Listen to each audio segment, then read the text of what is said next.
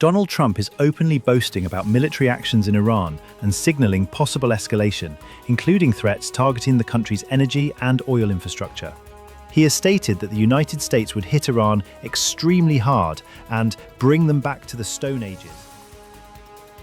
Thanks to the progress we've made, I can say tonight that we are on track to complete all of America's military objectives shortly, very shortly.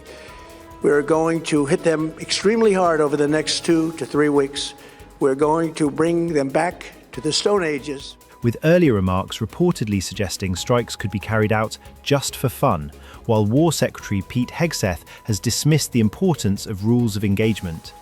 More than 100 international law scholars from institutions such as Harvard University, Yale University, and Stanford University have warned that such actions may amount to war crimes.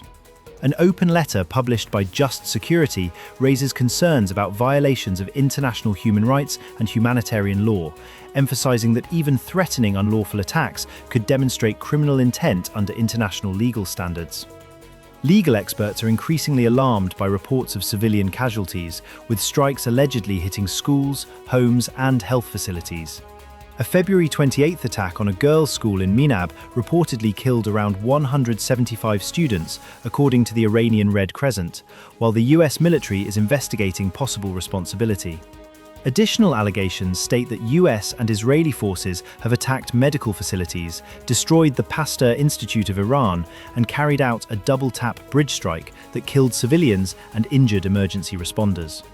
The conflict began on February 28th with US-Israeli strikes on Iran, prompting retaliation by Iran against Israel, US bases, and regional assets, and has since resulted in thousands of deaths and the displacement of millions.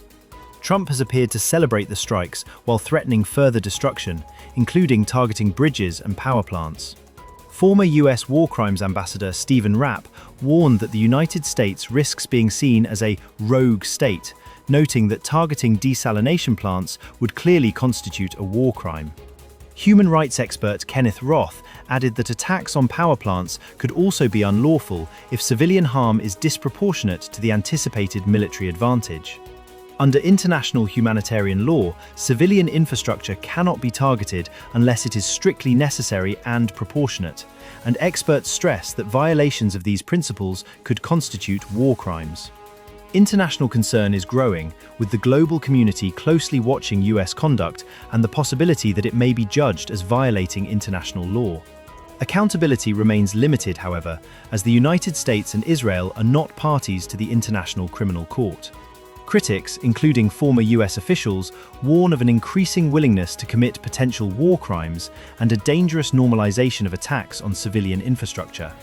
There are broader concerns that such rhetoric may set a global precedent and weaken international legal norms established after World War II, as debate over the legality, morality, and accountability of these actions continues to intensify worldwide.